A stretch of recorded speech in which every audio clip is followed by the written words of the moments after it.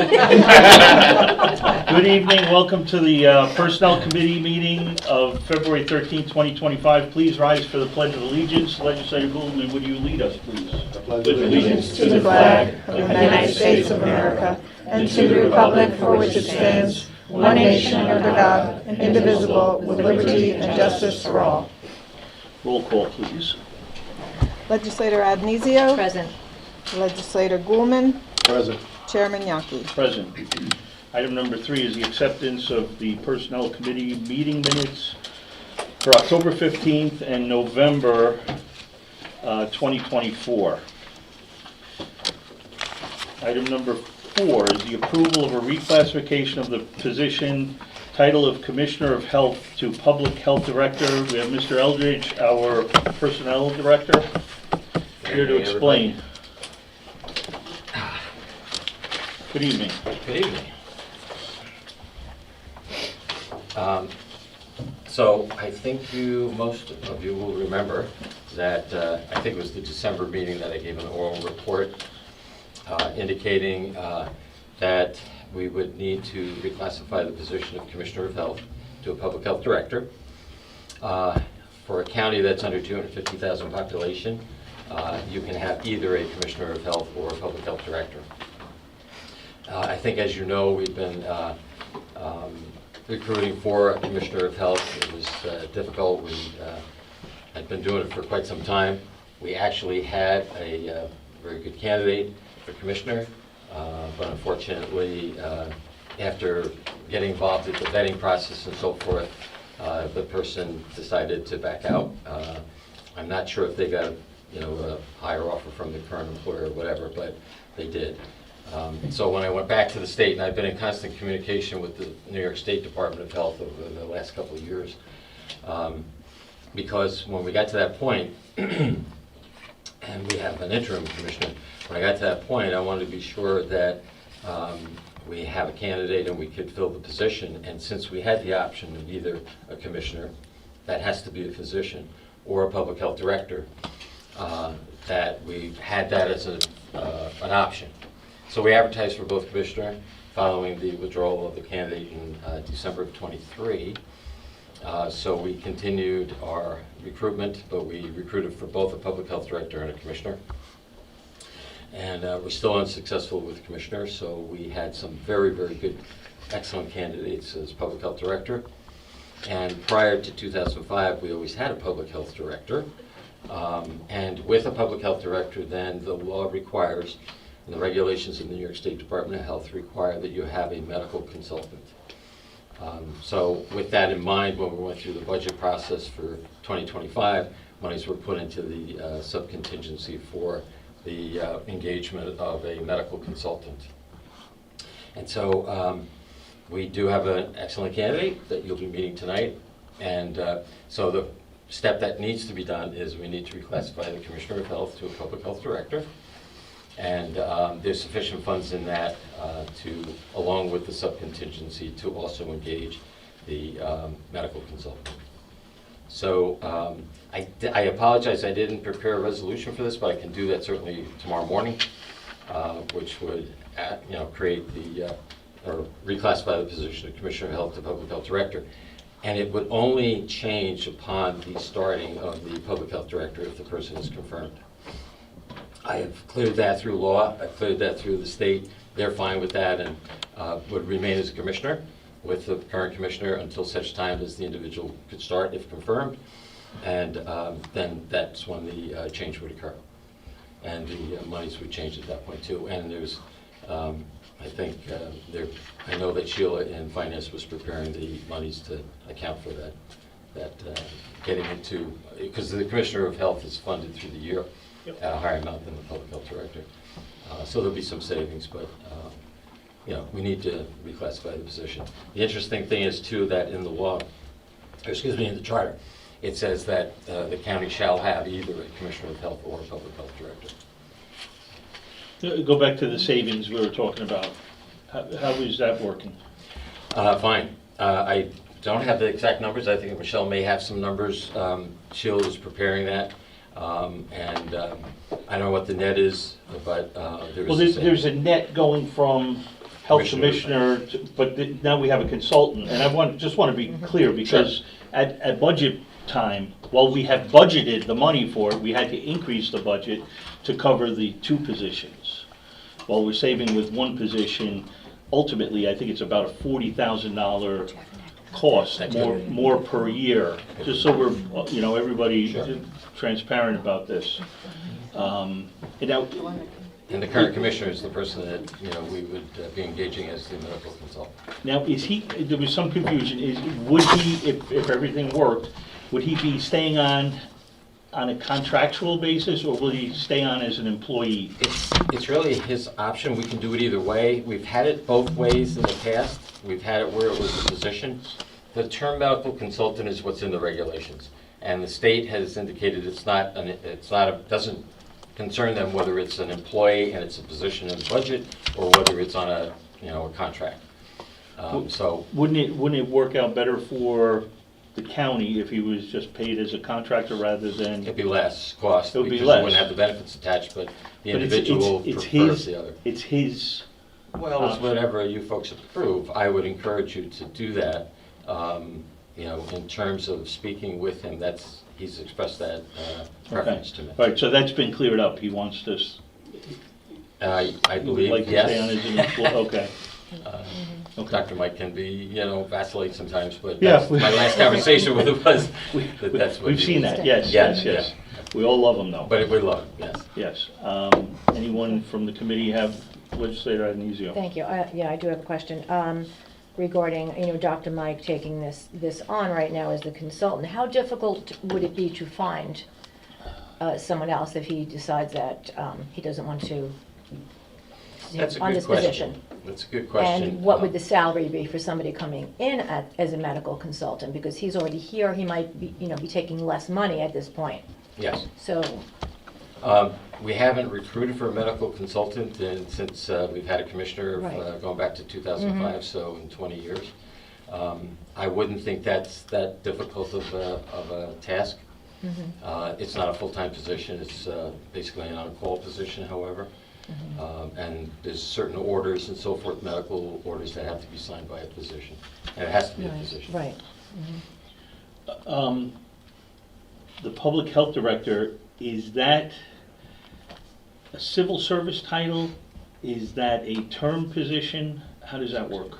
It's a term position, Term just like position. commissioner is. Okay, It's a 6-year term, okay. and it's within the law that it expresses it as a 6-year term. So it would be a 6-year term from the date of start? Or Yes. is it, like in the assessing world, all assessors they start on October 1st? Exactly. And they go Yes, 6 years, and you would there's- fill the remainder of a term? Some positions are, and mine is one of those, if there was a vacancy and I still had time on my term, and somebody was to take it over, they finished the term, and then they Right. would get their own. Same with the assessors and so forth. County And director. director of real property tax services as well. Yep. However, there's others where state departments, like in the case of Commissioner of Social Services and Mental Health, where they wanted the new term to begin when the new person was hired. Okay, so this would be from starting date? Correct. All right. Any other members of the committee with questions?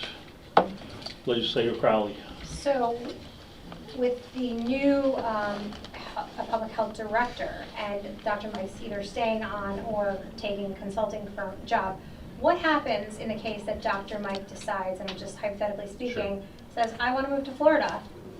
Are we still able to operate without having Dr. Mike or a consultant on? We'd have to have a consultant as So soon as possible, but they understand that There those is things some happen. sort of leeway there? Yeah, absolutely. Okay. I will tell you too, I have been in constant communications, I know several of you know, over the last couple of years, and they're understanding. They've been allowing some things that maybe you might not think would be allowed, but they've been working with us. I've had communications and I've had contacts with the State Department of Health for the 40-plus years I've worked here, some of which are still there, which is a little surprising.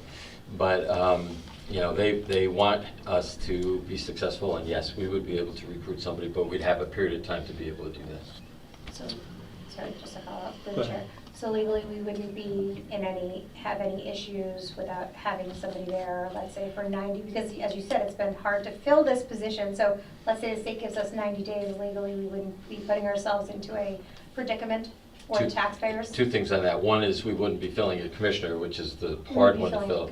So the consultant is easier to fill. The other is that Dr. Mike has always said to me, I will stay and do whatever is necessary until you have a replacement, or be it a commissioner or medical consultant. So he might move to Florida, but we'd hang on to him and wouldn't let him go until we had somebody to replace him. Legislator Ellner.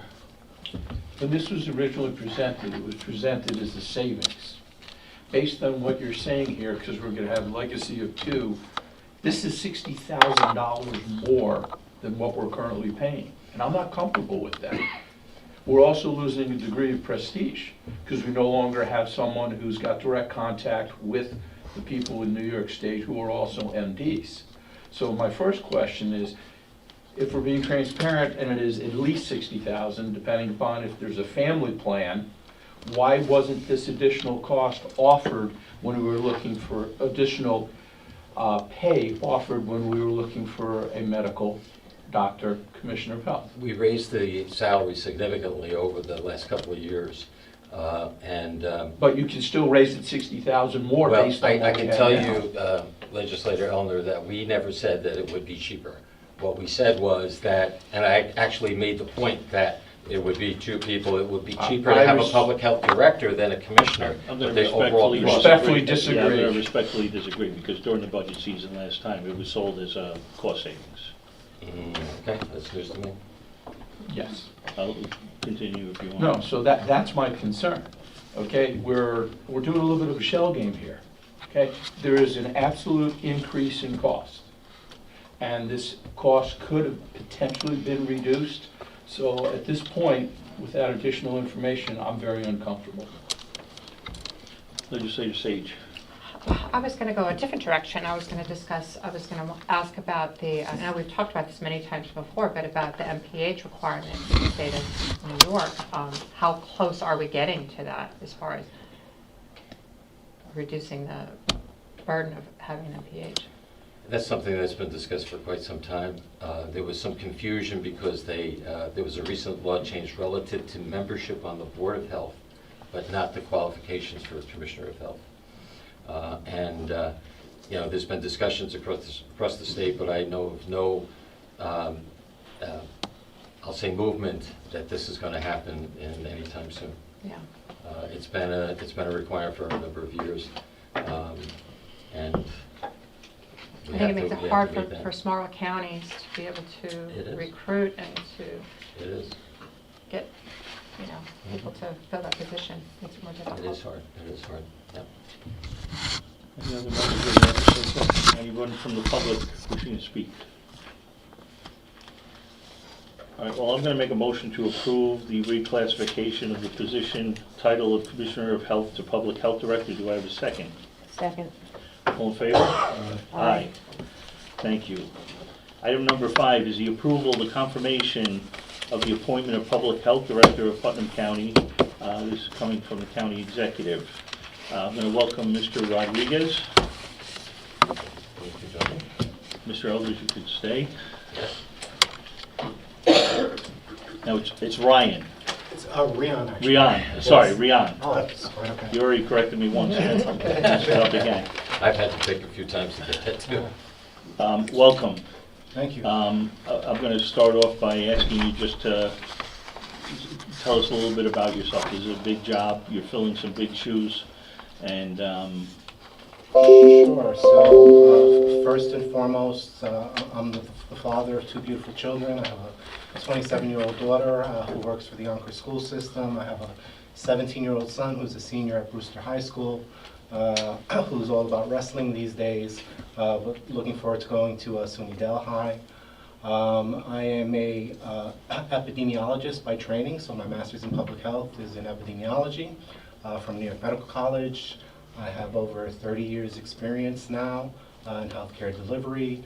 Although I understand these are some very big shoes to fill, I think I'd be quite comfortable in filling them. I come from some of the largest academic research centers in the world, I hail from Columbia, as well as Memorial Sloan Kettering, where I spent almost 2 decades as an oncological researcher. I was a national director for the American Cancer Society as well, and I am currently serving as Director of Clinical Quality for a managed care organization known as Health First, where we have over 2 million members. So quite frankly, in terms of scale, what I currently do is much larger in regards to both looking out for the improvement and health outcomes of large cohorts of individuals. I hail from New York, so I'm very well versed in sort of both the academic and political healthcare scene here. I know sort of the industry trends, as I've sort of been in industry now going on almost 3 decades. And I've been living here as a resident for the last 4 years. So this isn't about just seeking new employment. This is about, I am a resident here, and I feel I have a set of skills that I would love to sort of bring to bear to this community. How many employees do we have at the health department? Total number of employees, Mary Ann? I believe it's 57, including part-times. 57. How many, staff-wise, administratively, how many have you supervised at a given time? Over 150. So this is nothing then. Hasn't got there yet, but. I just didn't say that, you don't know the health department. You said it better than I did. I can. It says in your resume, you're a health equity promoter, and your objective is to address health disparities and improving health outcomes for underserved individuals and communities, and not much more than that. Well, I understand we do have underserved people in Putnam County, and it's more than we know. Your grander plan, what are you looking at? Because it can't just be that. Sure. So that did encompass a very large part of my career.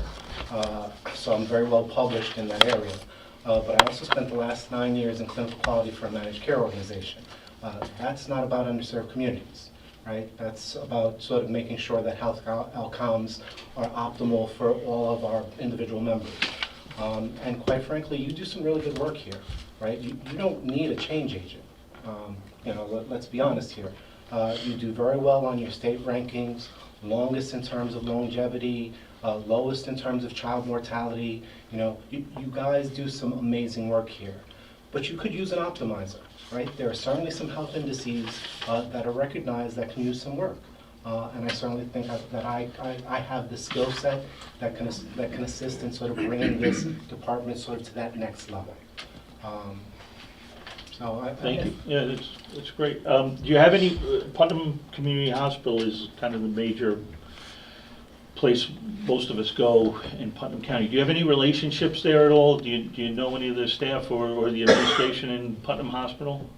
I do not. Okay. My relationship is on the other side, so Nuvance is now being taken over as well. So I do have some of those relationships on the Northwell side. With Northwell, yep. So from that perspective, I'm probably a little ahead of the curve. Okay. I'm sure you get to know the folks at Putnam Hospital pretty quick, too. Anybody on the committee with questions? No, just looking, I'm sorry, looking over everything here, that I think you have impressive qualifications. Thank you. The one thing, talking about disparities, I see that you did have patient navigation in the Harlem model, that you did outreach. Can you just explain that just a little bit? Sure. So I was actually part of the original team that developed patient navigation, which is a very trendy thing to say nowadays. But the original intervention was really to look at a community, look at survival rates, and come up with an intervention that was going to ultimately improve their health outcome. So what was happening, quite frankly, in Harlem at the time was most women were presenting with late-stage disease, stage 3, stage 4. They're showing up in the emergency room. At that point, there are very few, or not that there are few, but health outcomes are certainly much more diminished at that point in terms of what you can sort of bring to bear in terms of treatment. What we were able to do was recognize that what was happening was that oftentimes people were getting lost in a very complex medical system, right? So, you know, when you think of a disease like cancer, you have to think of that entire care continuum, where you look at prevention all the way through survivorship, right? So we've gotten very good as a society to create access and to create prevention programs, but oftentimes people get lost in the system. Mammograms do not cure cancer, right? Mammograms without pathology really are just a precursor to a long journey that gets started. So what we recognize is if we could create an intervention that would ensure that people got through the care continuum in a timely manner, right? Because most people with cancer will get some form of treatment. What's key is that they get it soon enough where it can have an optimal outcome. So, you know, we created this intervention that we implemented in Harlem, and over 5 years we were able to change the stage paradigm where most people were presenting stage 3 or stage 4, we're now presenting with stage 1 and stage 2. Well, what does that mean? That ultimately means that we can improve survivorship. You know, we basically took that data and information to the federal government and made that argument, and that's what resulted in the Patient Navigation and Chronic Disease Act. Thank you. Any other members of the committee? Legislator Crowley. I just want to say thank you for being here. I think it's amazing that we have a doctor who is sitting in front of us that is presenting with such a wonderful skill set with working in such diverse communities. I know when I had my kids, you know, nobody around here could handle triplets. We had to go to New York City. So, you know, they had all of the, you know, the studies and all of these brand new things that were being on the forefront of medicine were transpiring from New York City. And to have somebody who has had experience with diversity and different things that maybe Putnam hasn't seen yet here is definitely an asset to us, and we would be foolish to walk away from something like that. So thank you for being here. Legislator Birmingham. Yes, welcome, and thanks for coming tonight. I talked a little bit about this last night in another context. Putnam, you live in Putnam, so you know it's a beautiful place in which to live, and according to the 2020 census, we are the 25th wealthiest county in America out of 3,000 some odd counties in the country. But what that belies, though, is there is a significant portion of our population that is under the poverty level and underserved, whether they be you know, folks who were born here for generations or people who just newly arrived. And in addition to the backup we've received from Paul's department and from the county executive's office, I did a little research, and you wrote a paper, one of the published works you talked about, where you were talking about reaching out with respect to patient navigation and helping those underserved communities, and I was heartened to see that. You know, we in our county budget, we make a lot of room for, not unnecessarily, but we make a lot of room for golf courses and horse farms. But it's also important, I think, to recognize that we have to serve, part of the primary reason we're here as a government is to serve our underserved population as well. So just want to say I found it very encouraging in your background, so thank you for that. Oh, I appreciate that, thank you. I think that's a significant part of my legacy. Like I said, I mean, this would sort of be an amazing bookend to a career, quite frankly, that I think, you know, has been well sort of established. And at the same time, you know, serving here serves my family as well, right? This is where I reside. I'm not coming in here as a stranger. You know, it's sort of the universe, you know, doing its thing, in that, you know, I happen to be here at a time and a point in my life and career. You guys needed someone, and I just happen to have these set of skills, quite frankly, that I think, you know, could serve this community well, and that's what I'm really hoping to do here. Legislator Sage.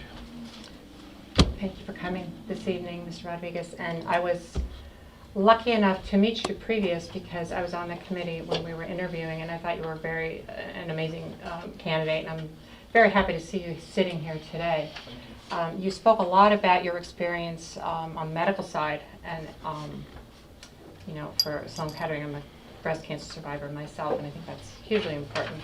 I found your background very impressive, but we do have, you know, a full service health department here, And maybe you could talk a little bit about your experience. I mean, we have environmental health, we have rabies clinics, hazardous waste, recycling and waste. And maybe you could speak a little bit even about the nursing crisis, because I think it's not just in Putnam, but it might be all over the country. We have a short-staffed nursing. We're trying to hire nursing, and how would you handle that? Sure. I'll parse that question out. Yeah, I know, it's a lot. I'm sorry, it's a lot. That's I'm just getting it all out. Congratulations on your survivorship. I Thank too you. am a 20 cancer years. survivor, so I 20 share years. that at my initial Yeah. interview as well. I think to some degree that also sort of informs my philosophy of care. And as you've indicated, I have a lot on the medical, clinical research side of things. I do understand that there are other aspects of this job. To that I can say I am a quick learner. I am also a homeowner. I have the same sort of concerns around water toxicity and other environmental hazardous issues from that standpoint, as well as being a parent. Anyone who's sort of dealt with cancer themselves or in their family has to some degree had discussions around environmental concerns. So, you know, they are, although somewhat separate, to some degree, they should be part of the same discussion. And I do understand that I'm not stepping into this alone, right? So, you know, there's a lot of expertise that can be leveraged out there. I'm sure you have some amazing staff currently at the health department. My interactions with Dr. Mike thus far have been incredible, so I would look to him, you know, obviously, to sort of leverage that expertise and utilize that mentorship time. So, you know, whatever I don't know, sort of starting day one, I can ensure this committee that I will learn quickly. And the nursing staff. In regards to the nursing staff, that is not unique to Putnam County. We are suffering, with my current employer, you know, some of the same issues. We are looking for some pipelines to be able to ultimately be able to identify nurses earlier on, perhaps towards the end of their training. There are all kinds of incentives being set up by the state. There's some 1115 waivers. I don't know how much you know about that, through the New York State Department of Health. Some of that funding is specific to sort of creating pipelines and workforce development specific for healthcare professionals, nursing being the primary one. There's just a comment. We do have an amazing health department, and I know when Dr. Mike started here, he probably didn't know much about septic tanks and wells and things.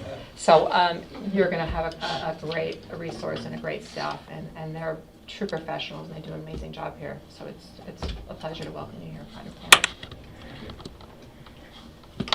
Legislator Goulman. Thank you, Chairman. I like your resume. I like your history.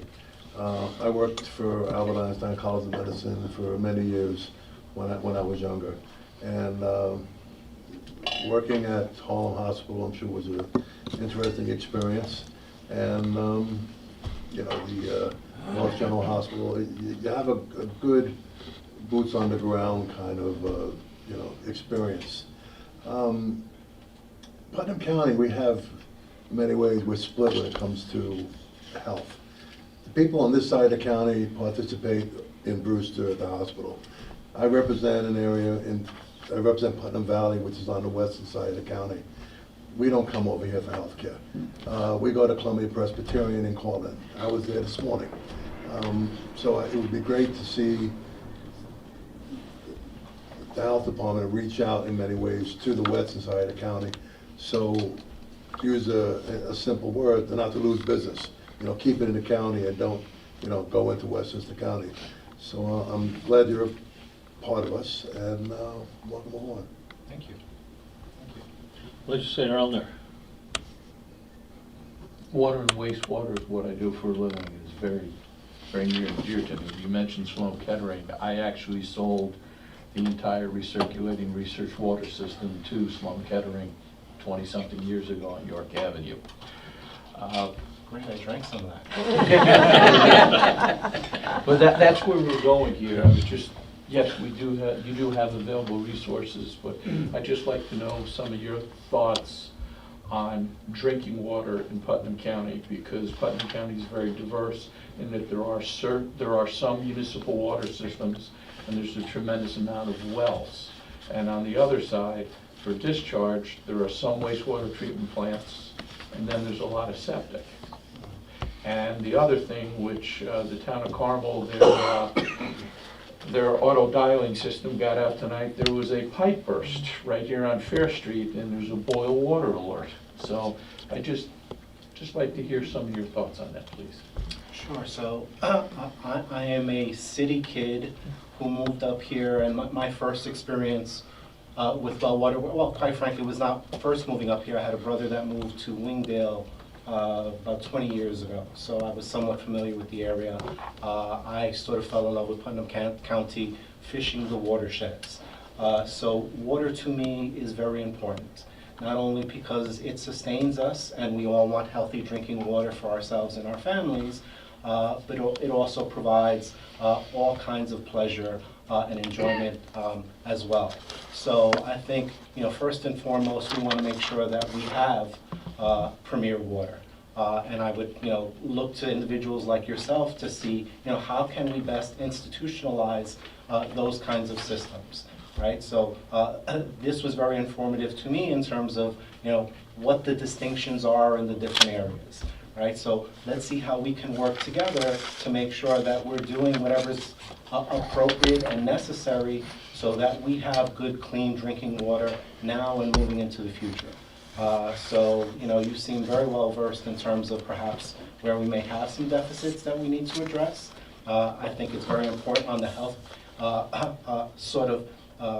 foodborne and disease illness side of things to ensure that our water is safe to drink. There is a lot going on in the world these days where we want to make sure that not only our food sources are healthy, but our water sources are healthy. So I think, there are some opportunities there to better understand both infrastructure, any deficits we may have, and what we can do to improve, current standards. And, well, you just hit, and I noticed there's one town supervisor and some town council people in here. The big bugaboo right now is chemical contamination with something which we're now looking at parts per trillion, PFAS, PFOAs, and it's here. There are towns and there are private condominiums who are having to deal with this, and there's huge associated costs. So I was just curious if you've had an experience, or is this something you're going to have to come up to speed on? I would say candidly it's something I'm going to have to come up to speed on. Thank you. Anyone else? Any members of the public wishing to speak? Yes. Please come to the podium, state your name and the town in which you reside. Brett Harris, I live here in Harckham Hamlet. Just the special needs population is both an underserved and pretty much under-discussed population. From both a medicinal and behavioral health perspective, is that something that you have either experience with or the ability to sort of expand on? Because as it's underserved, it is also a growing population nationwide and here in Putnam County. Sure. I would say yes. A lot of experience.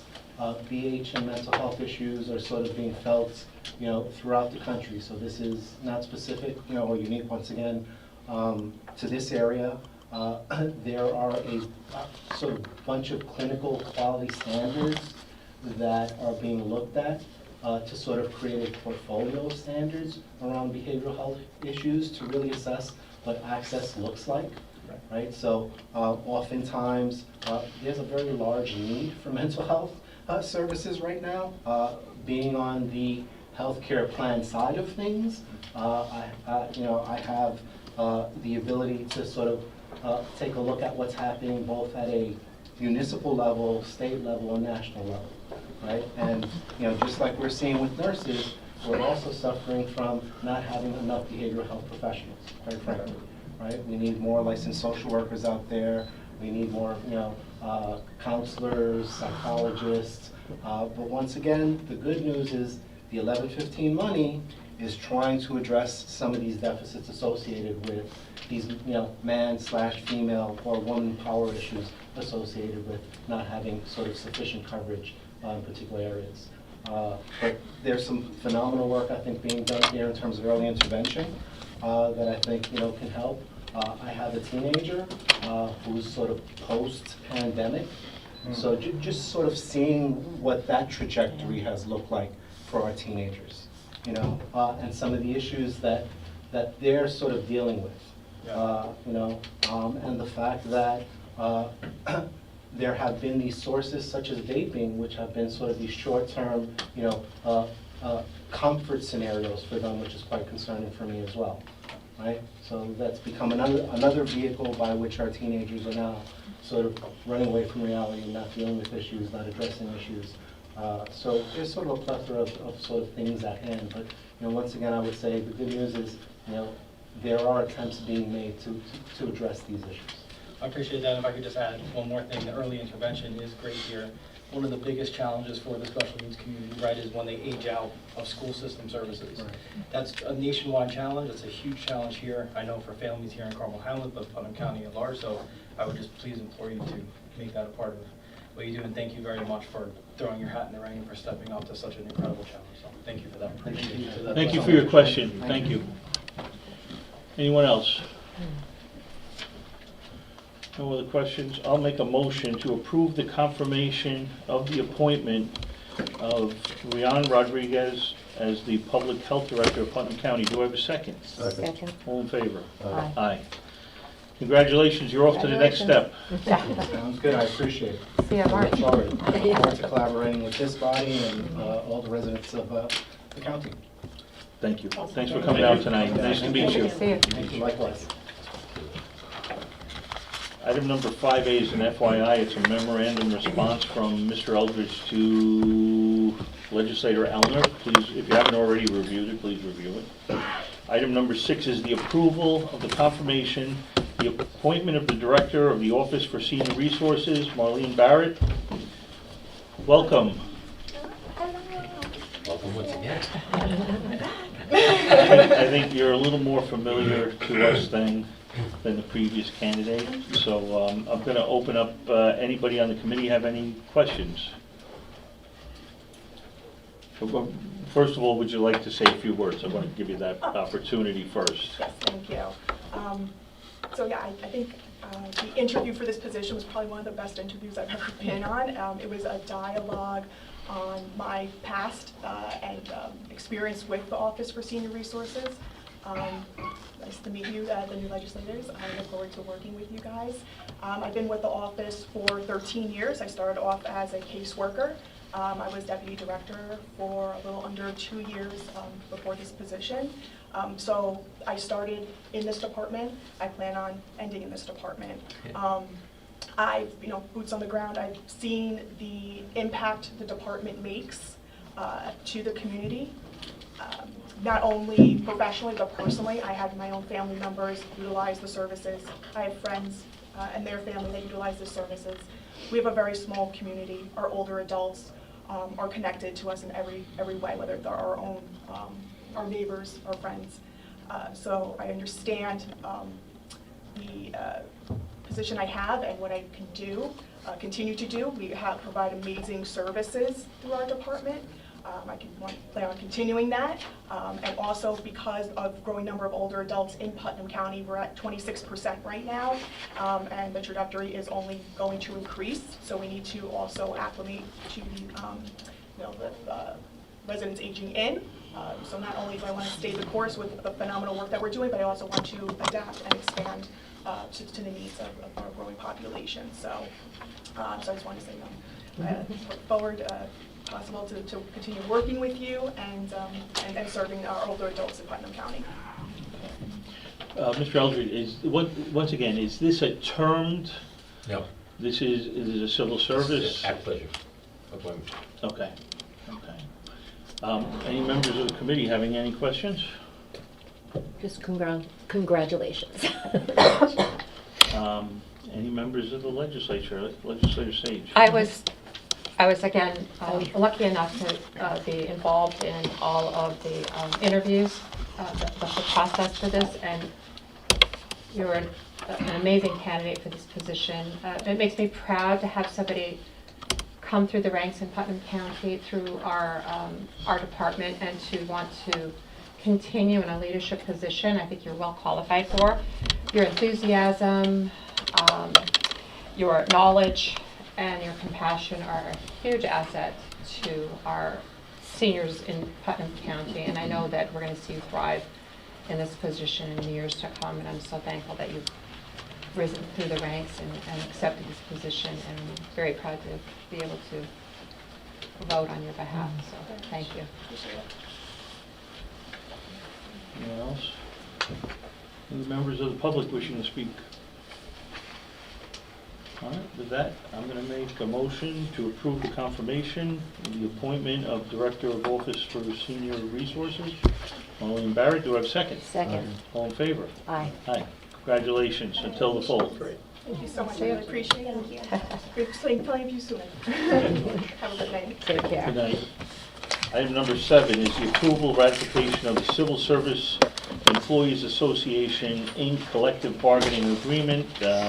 Somebody from the, you're going to handle this? Yes. Okay. Thank you. So we have 4 collective bargaining units in the county. The 3 others had been settled and approved. This was the final one. It was the longest duration negotiations. A lot of that has to do with the fact that this is the largest unit that we have. Approximately 340 to 350 employees are covered in the CSEA, Civil Service Employees Association Agreement. And we started out in the fall of '23, and you know, it took a while. There was a lot of proposals on the part of the CSEA.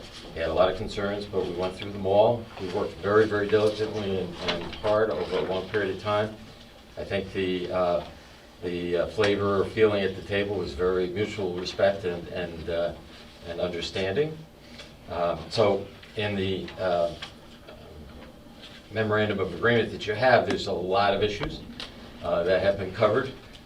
We always, you know, seem to touch on, you know, the across the board and the health insurance and so forth, but there's also a lot of operational things that are in this agreement. And it's a 5-year agreement. This one runs retroactively to January of '24 and forward through the end of 2028. And the increases you can see in the MOA. That first year was a little bit unusual, and the committee for the union, CSEA, had proposed perhaps a flat dollar, and would we consider a flat dollar instead of a percentage? And through discussions, we kind of pointed out that that's going to help the people at the bottom end, but it's going to be potentially problematic for the people at the upper end.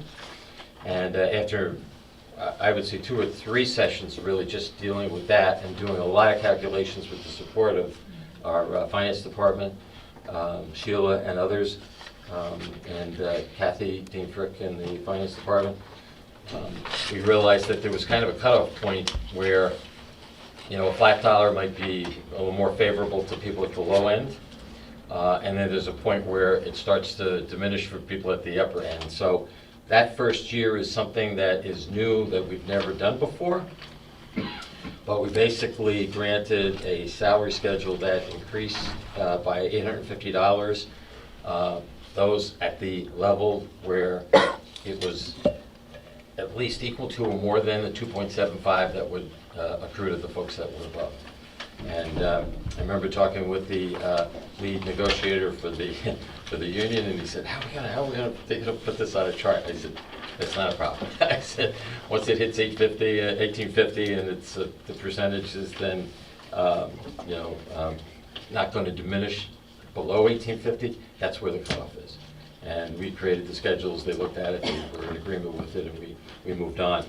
And then, as you can see, there's 2.75 for 25, 26, 27, and 3% for 28.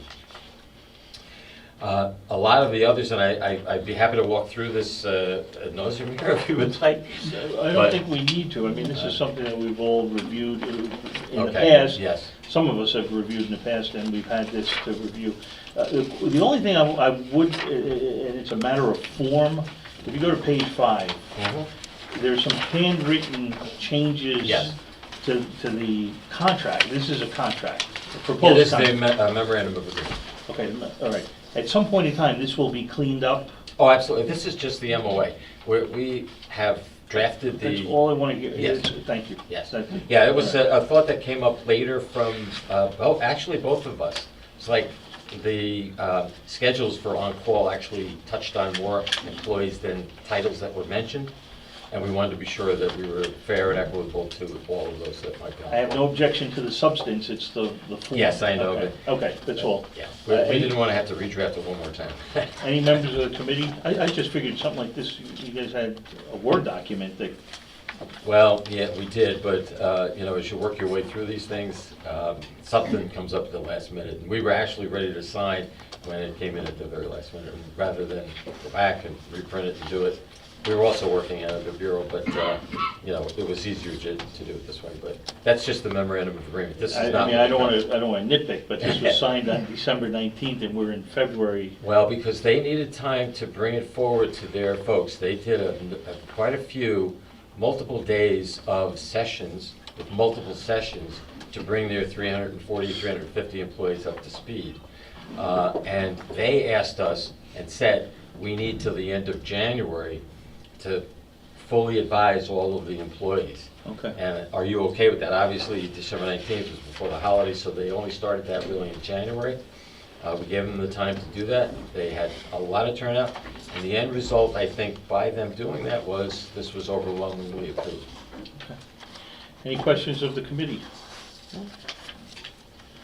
Legislator Birmingham. Yeah, just two brief questions, one of a broader nature and one more specific.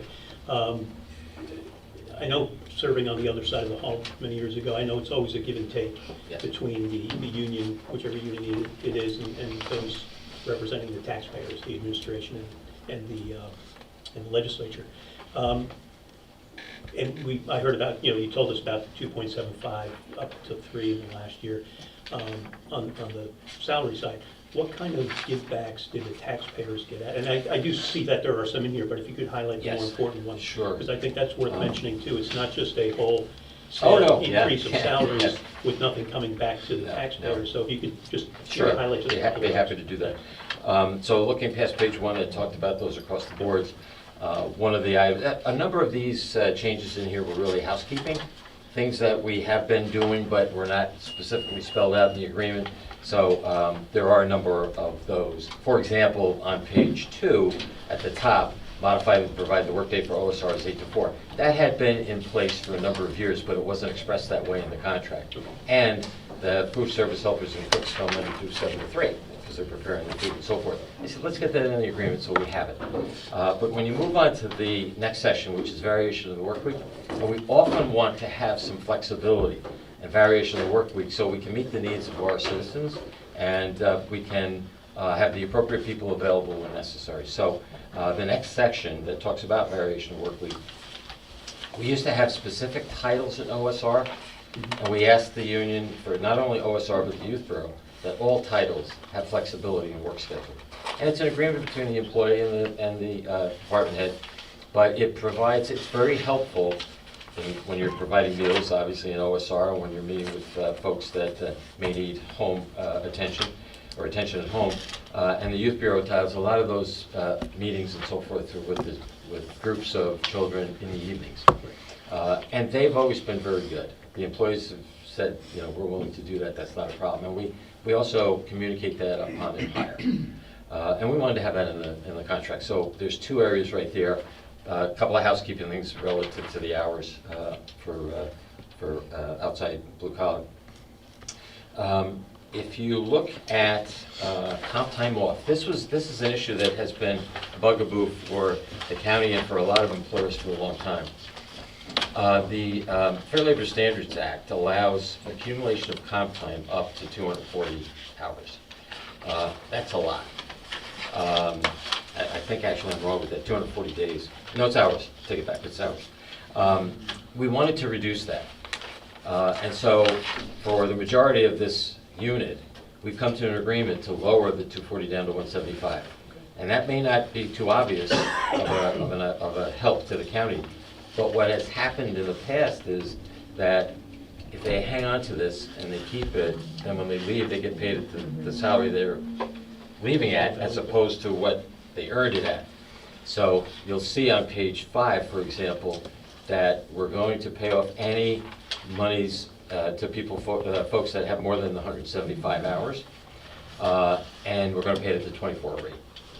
Okay, but we've reduced the 240 to 175, so that diminishes our liability, if you will. So that was important.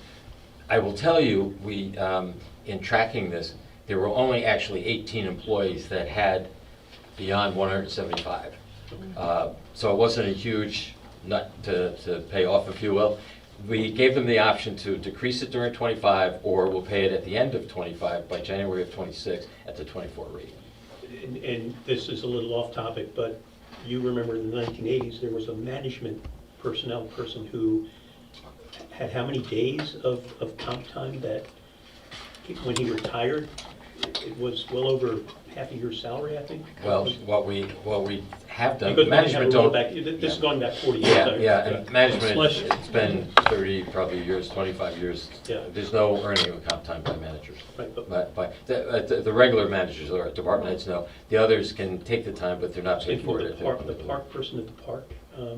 Oh, yeah, I remember that. Yeah, okay, yeah, so this Well, is- over time, you learn some of the Exactly, yeah. lessons of these things. Good judgment comes from experience, and Absolutely. experience comes from bad judgment. There you go. A couple of things, the increases of the on-call and so forth had not been changed in 15 or 20 years.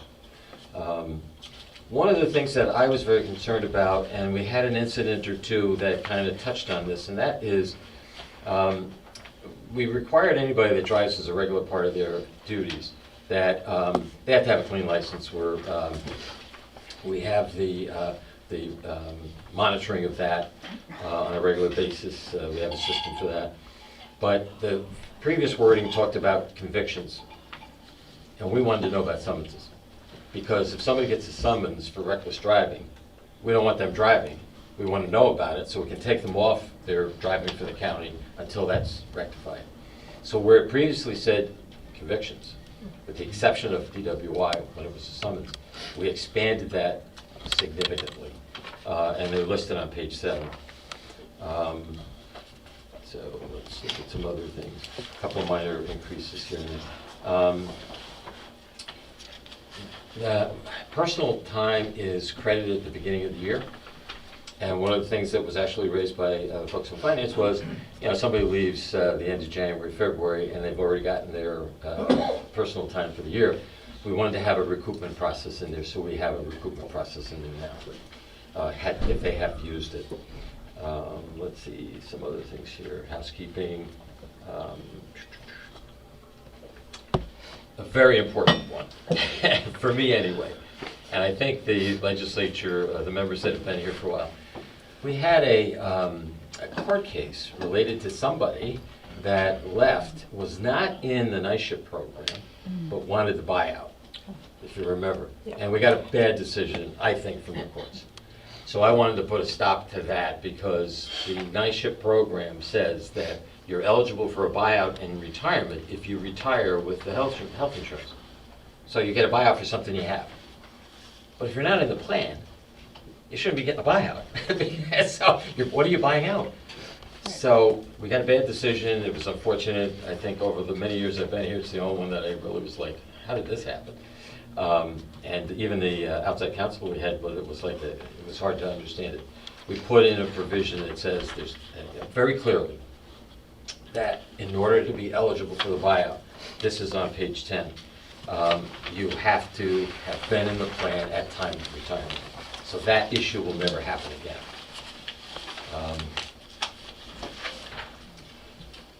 Let's see. So there was a lot of give and take, which is good. Absolutely, Item absolutely. 27. Item number 27. Okay, yes. The health insurance for retirees, there's a resolution on the books. It's Resolution 304 of 2019. And it provides for rates that are the portion paid by the retiree. And the retirees that have higher pensions pay more than those with the lower pensions. And it's somewhat of an issue that I think the Health Advisory Committee is looking at. But the union wanted to at least have this codified. And they're still at very high numbers, but it is codified. It will be subject to negotiation moving forward. It's Resolution 304 of 2019, if you wanted to take a look at that. Those are probably the major ones that are give backs to the county. There's a couple other minor things here and there. But Legislator Ellner has a question. Yes, on that Article 9, 27. Number 27, yes. Yes, which you were just talking about. I think that really needs to be clarified, that it's a one-time, not a payout in perpetuity. Which payout is this?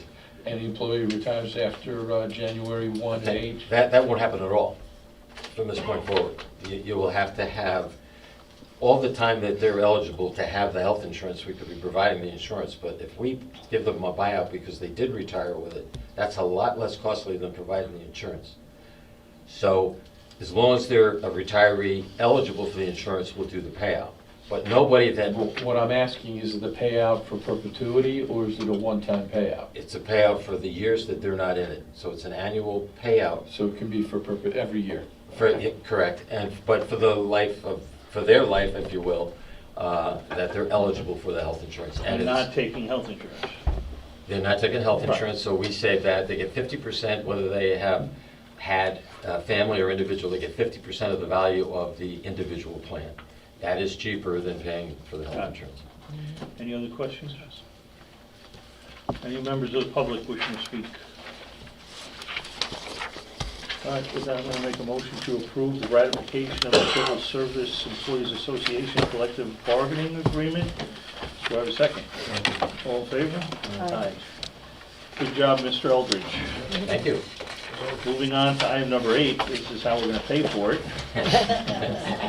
It's the approval of a budgetary transfer to fund the 2025 salary and benefit costs pursuant to the ratified contract agreement between Putnam County and CSEA. This is in the amount of $1,550,803. This was budgeted in last year's budget process. This is going to come out of contingency. So we planned ahead, and this money is in place to cover. It's to cover. It says 25, but I assume this is also to cover the retro pay for 24. Yes, that's correct. Okay. All right. Any questions or comments from anyone on the committee? Members of the legislature? Any members of the public wishing to speak on this? Kudos to the Commissioner of Finance. He did some calculations last year during the budget process, put the money aside so that when this contract was to be ratified, we'd be able to fund it. So with that, I'll make a motion to approve that budgetary transfer. Do I have a second? Second. All in favor? Aye. Aye. Thank you. Item number 9 is the approval. Mr. Chairman, if I can make a quick comment. Yes. I think that this is a very good precedent where we're increasing the buyout for people not to take insurance, and I think that that should be seriously considered for active employees. That if they... Hopefully this committee that's been working on this for months, hopefully they're considering that recommendation. I agree with you, Legislator Ellner. Item number 9. It's the approval of a budgetary amendment for the Department of Social Services. Award from New York State Office of Children and Family Services to Child Advocacy Center. We have our Commissioner, Sarah Servidillo. Welcome, Sarah. Thanks for sitting through and nice to see you hanging again. in there. Maybe you can give us just some background on what we're doing here. Sure. So we found out in mid-November and had 30 days to submit for this grant. Each county in the state that submitted received the same amount of money. There were very specific restrictions with what you could use it on. So tonight I'm here to request that the money be used for 4 employees at the Child Advocacy Center as a retention bonus, a one-time retention bonus. So for the The- four. These are in the amount, a little over $3,000 per Correct. employee. Correct. Okay, just so everybody understands. It totals $13,200 for 4 employees. We have had a prolonged vacancy at the CAC. Last year through the budget cycle, we reclassified one of the vacant positions to be a coordinator position. We have filled that successfully. She started recently, which we're very happy about. But the 4 staff members that we are requesting the retention bonus for really had to take on additional responsibilities throughout the last year and a half. The position has been vacant since actually January of 2024. And there is no fiscal impact to this budgetary amendment. Any questions or comments from anyone on the committee? Members of the legislature? Members of the public? You have a very special department, and you have very special people down there, so I applaud you for recognizing that and taking care of these employees. So with that, I'll make a motion to approve this budgetary amendment. Do I have a second? Second. All in favor? Aye. Thank you. Thanks, Sarah. Have a good night. Item number 10 is an FYI. It's your accident report. Please review it. Item number 11 is your incident report, another FYI. Please review. We have other business tonight, so item 12A is a fund transfer from the Office of Senior Resources. This is to reallocate salaries to the grants that they're charged in. It's 12A, right? Yeah. Okay. So the personnel changes in, we have Do you Mr. wanna make DeMarchi with us. Do you want to make a motion to Make a accept motion it? to accept other business. Do I have a second? Second. All in favor? Aye. Thank you. Welcome. Hello, how are you?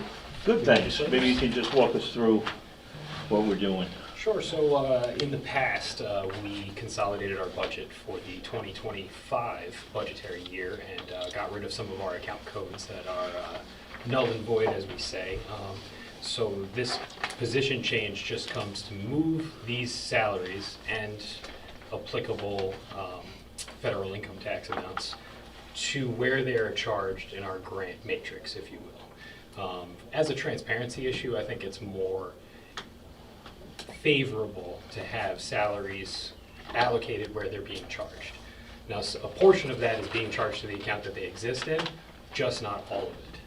So I feel from a fiscal perspective, having the bulk of their salary or all of their salary charged to where they belong is more favorable for the public eye. Agreed.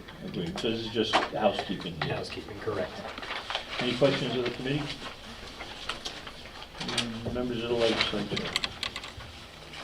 Anyone from the public wishing to speak? I'll make a motion to approve the fund transfer.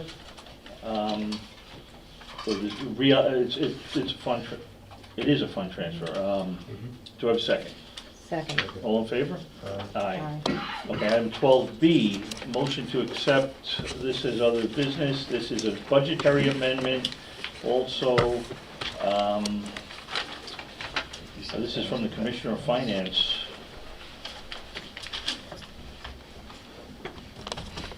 Oh, this is for the Health Commission. This is to fund the Director of Public Health. It's just moving the money around. We created the position. This is to move the money around.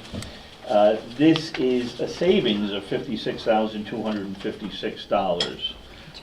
Any discussion on this? Wait a minute, you made a motion to accept your other business. Who Second. seconded it? Okay, All in favor? Aye. Okay. sorry. Thank you. Yes? Yeah, I think it's a savings this fiscal year because of the 2 months that have already expired. But I think it's still going to be about a $38,000 overall cost Right. each year, which I'm fine with, because I think, for what we're getting, I think it's worth it.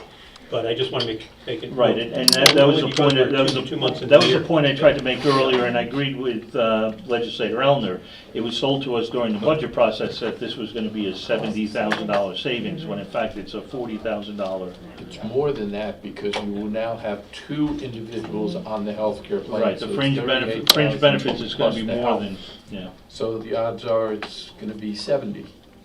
Agreed, that's probably an accurate number, yeah, just so everybody's on the same page. Yes, Legislator. So this is decreasing the commissioner and going into the public health director for a savings 2025 of 56,000 Right. until we add the consultant. Right, but that's not part of it, that was already Right, right. budgeted in another line. Right, so I'm just saying that, Right. so the 56 is until we get a consultant, and then it's Yeah. going to be more than the Yeah. 56. Right, okay. Just so no one's misled. Any other questions or comments from the legislature? Any members of the public? I'll make a motion to approve this budgetary transfer. Do I have a second? Second. All in favor? Aye. Aye. No other business. I'll make a motion to adjourn. Do I have a second? Second. All in favor? Aye. So you and I play musical chairs, Bill.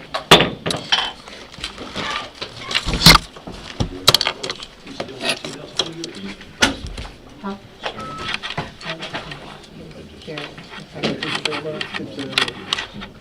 Correct, exactly. So this is my first. And that was my, Sitting that was in the my Last time you were over here. thing.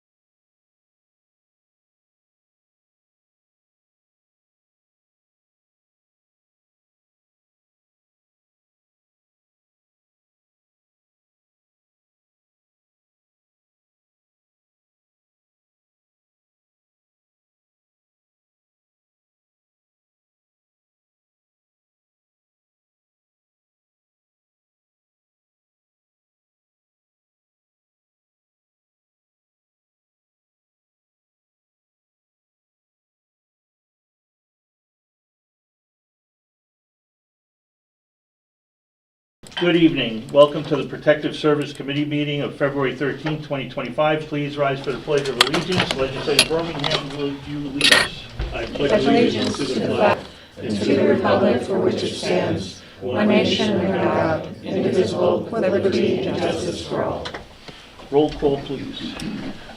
Legislator Adnesio, Present. Legislator Birmingham, Here. Chairman Yonke. Present.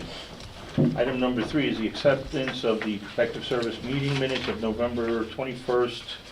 It says 2025, but it's 2024, I believe. Yeah, thank you. Item number 4 is the approval of the budgetary amendment.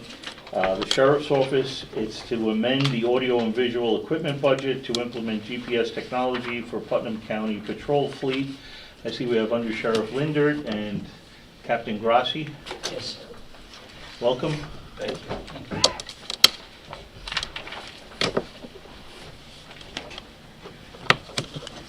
The items we are requesting here are just monitors, actually, to put in various offices throughout the building so we can monitor the activity of our patrol vehicles that are equipped with the GPS. With this, we're also looking to split the screen and use the CAD on the other side to match it with what's going on. That's Okay. basically, That's it? that's it. Okay. Okay. And is this from grant money? This is T Commission. Inmate commission. Yes. Oh, okay. Yeah, zero fiscal impact. Okay. Any questions from the committee? Have any members of the legislature? I just have, I'm sorry. Yes. So I have a question. So we have body cams, Correct. we have the cameras on the cars that face outside, and now we're gonna have cameras inside the cars, almost like the school bus ones that are monitoring inside the cars. There's cameras in the I cars know, in that's the what I back. thought already. So where are we putting these? These are monitors so we can watch what's going on within the building. In the office. Oh, okay. I apologize. I was taking it the wrong way. Any members of the public? I'll make a motion to approve the budgetary amendment. Do I have a second? I'll second. All in favor? Aye. Aye.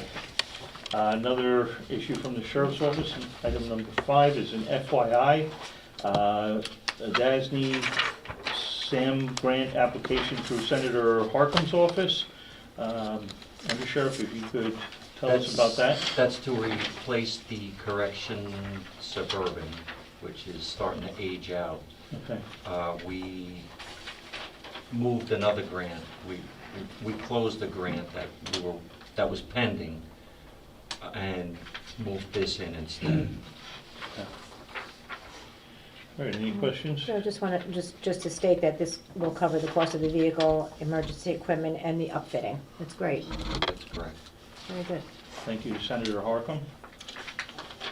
Any other questions from the committee, from the legislature? Members of the public? All right, I'll make a motion. It's just an FYI. It's an FYI. There's nothing to move. Thank you for taking the grant money to purchase that equipment. You're done. Item number You're 6. excused. Well, item number 6 is on the agenda. It's something that we approved at the audit meeting in January, so we covered it. That doesn't need to be addressed. Item number 7 is an FYI. It's the 2024 Coroners Report. It's completed 2024. Please review that. We don't have any other business, so I'll make a motion to adjourn. Do I have a second? Second. All in favor? Aye. Aye. Good night. That's early meeting.